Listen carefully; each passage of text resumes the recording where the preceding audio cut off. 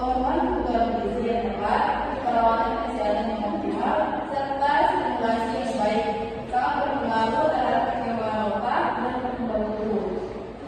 Kekurangan gizi atau kurangnya perhatian dalam masa ini dapat menyebabkan masalah serius seperti stunting, gangguan perkembangan, dan peningkatan penyakit kronis di masa dewasa. Oleh karena itu, intervensi yang tepat dalam sering menghadapi OPK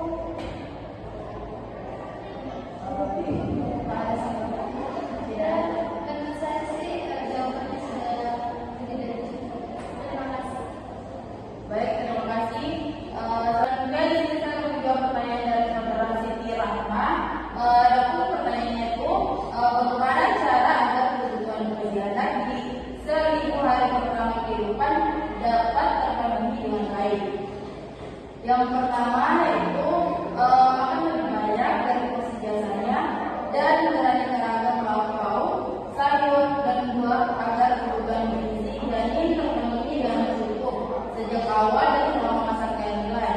Yang kedua, minum tablet tambah darah 1 butir sehari, jadi total minimal 90 butir selama masa kehamilan.